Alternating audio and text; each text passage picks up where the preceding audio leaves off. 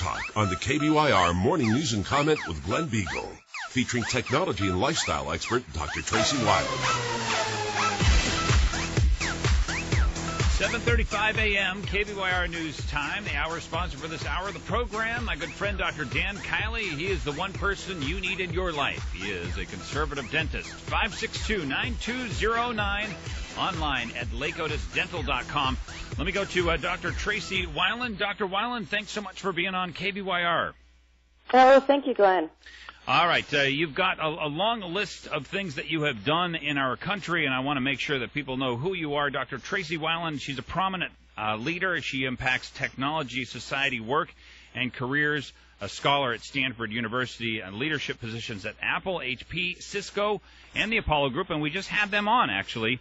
And she's authored 11 books, including Women Lead, Career Perspectives from Workplace Leaders, and that was just out here recently, as well as Society 3.0. You appear on all kinds of different forums, and I appreciate you being here on KBYR with me. Well, thank you for having me, Glenn. All right, technology is a huge part of the workplace, and I think you pick up on these things and you write about them on the Huffington Post. Your most recent piece was staying employed in a technology-based world. Why would you cover that topic in particular? Well, Glenn, according to the Association for Career and Technical Education, by 2020, over 75% of the jobs will have some sort of technology component. So I think it's very important for people to be aware of the changes in their jobs and in their field so that they can stay relevant.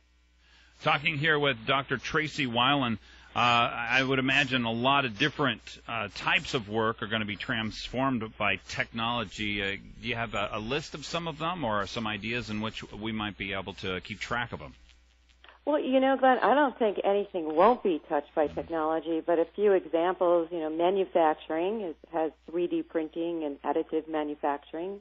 Medicine has been impacted by robotics and augmented virtual reality. Even the media has been impacted by video and social networking sites. The numbers of jobs are just increasing. The Internet sector alone grew over 634% over the past decade. That's, 200 times the rate of the economy as a whole. So I would say that technology is here and it's here to stay. If you want a job, you need to know quite a bit of technology. Tell me about keeping up with technology trends in the field. Is that important? Well, I think it is, right? So now that we've established that the environment is changing and technology is here, I don't think firms or individuals can be complacent. I think people need to stay on top of the tech trends in their industry, make a plan, and keep yourself, educated so that you're always employable for life. And there are always new technologies that come into the workplace, and you can learn skills to keep you relevant. A lot of people are thinking, technology is just for other people. I don't really need to deal with it. But I hope that they hear that, technology is going to be involved in just about every sector, and you can't escape it, and you really shouldn't try. You should dip in. So employers, I'm sure they're expecting you to be tech savvy. What kind of tools should an employer provide to the employee to make sure that happens? I would say that a lot of firms have gotten pretty savvy to helping the employee learn skills on the job. And so I encourage employees to first look inside the firm. What kind of job training is there? What kind of classes? What kind of new technologies are being rolled out in the firm that you can maybe get on a task force or learn about it? It's always easier to learn on the job, I feel, so that you can actually put practice into play. And also at work, a lot of these courses are usually free, and some companies even, give you little credits for it, or it comes up on your performance review as a positive thing that you're doing for yourself and for the firm. Yeah, usually employers are looking for something about that, something where you're moving forward and really participating in your own company. So a great suggestion there. Talking with Dr. Tracey Wilen. She's appeared on CNN, Fox, CBS News, Wall Street Journal. The list goes on and on.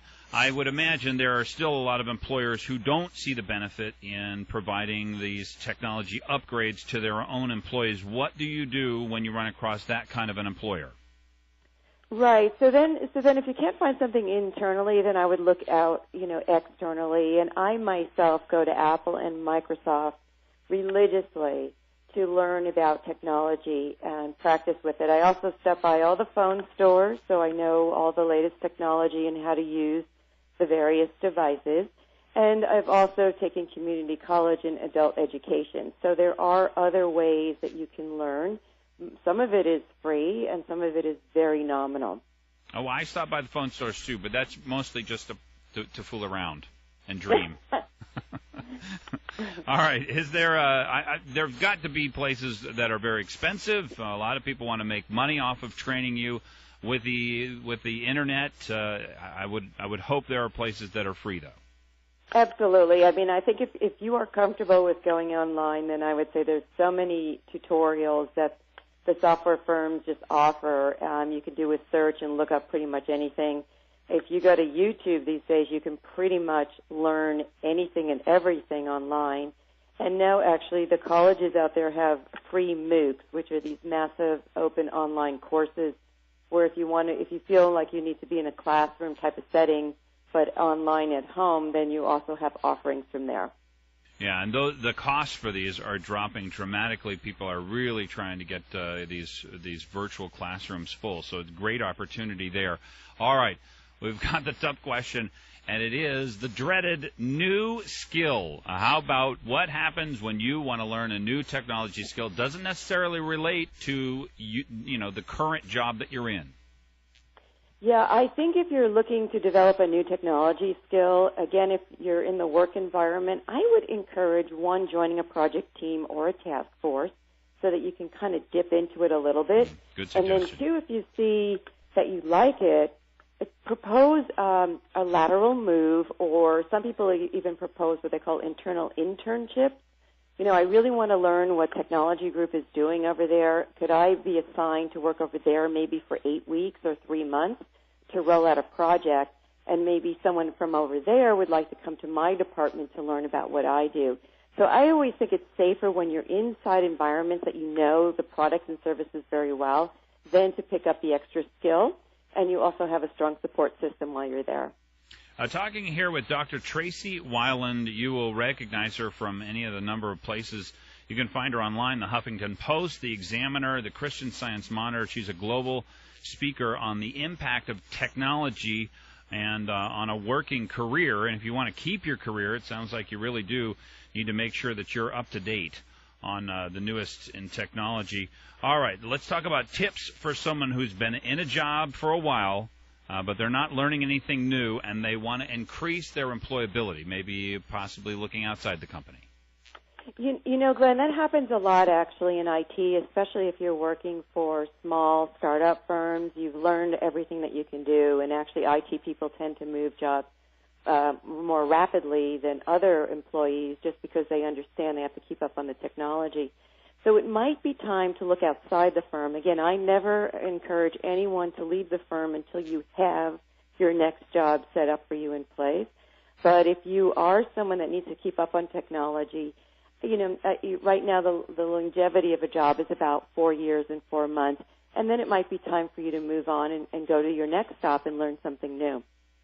Talking here with Dr. Tracey Wilen on AM700 KBYR. It doesn't look like it's working out. You just don't think that the company is going to keep your interest, or for whatever reason, it's time to find a new job. What do you need to do technology-wise for that? Well, my recommendation is that I did a survey this past spring on people who found jobs, and their advice is, number one, to expand your technologies, but think about moving into same or similar industry so that you can add more skills in that industry. Keep relevant by doing skill development at the same time. And three is, network. Find out, what companies are hiring and what are the newest technologies that you may want to learn in your industry so that you can find the openings and make that transition. Sounds like some online social networking might be required here. Well, networking is still the way to find jobs. Most recruiters will tell you, 85% of the jobs are still found through networking, but today it is face-to-face and it is online. And with the holidays coming up, my goodness, people are going to be meeting a lot of people socially, and I think it's a great environment to network. Tracey Wilen, you have written a piece here, Don't Get Left Behind, How to Stay Employed in a Technology-Based World. You can find it on Huffington Post. Find out more about Tracey Wilen at TraceyWilen.com. Follow her on Twitter at Tracey Wilen. I really appreciate you being on KBYR with us. Thank you so much, Glenn. Okay, have a great Tuesday.